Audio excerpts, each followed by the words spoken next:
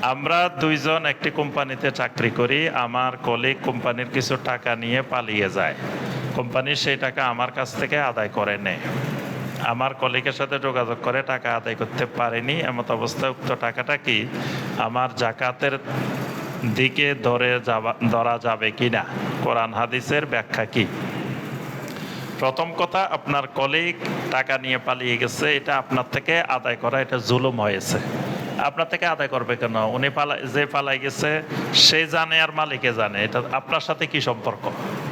আপনি তার ক্ষতিপূরণ কেন দিবেন? হয়তো এমন হইতে পারে তার দায়িত্ব আপনার দায়িত্বে ছিল, এই কারণে আপনাকে দিতে বাধ্য হয়েছে। না, এটা স্বাভাবিকভাবে আপনি দেওয়ার কথা না। যে পালাই গেছে সে জানে আর মালিক জানবে, সেটা তো আপনি দিবেন কেন? তো যদি আপনার সাথে এরকম কোনো আপনি দিতে বাধ্য থাকেন যে তার দায়িত্ব আপনার, বা আপনি চাকরি দিছেন, আপনি তার দায়িত্ব নিছেন, তাহলে আপনি দিতে হবে। কিন্তু এই টাকা জাকাত থেকে কোনো অবস্থায় নেওয়ার সুযোগ নেই।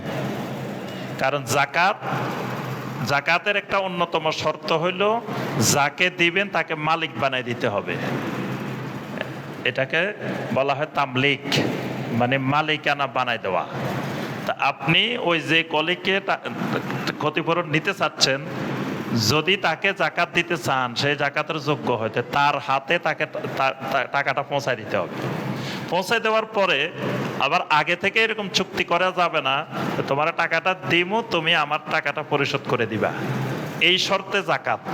তাহলেও আপনার জাকাত আদায় হবে না। কারণ জাকাত আদায় হলো নিঃশর্তভাবে দিতে হবে। তাকে দেওয়ার পরে সে আপনার টাকা দিতেও পারে, নাও দিতে পারে, এটা তার এখতিয়ার।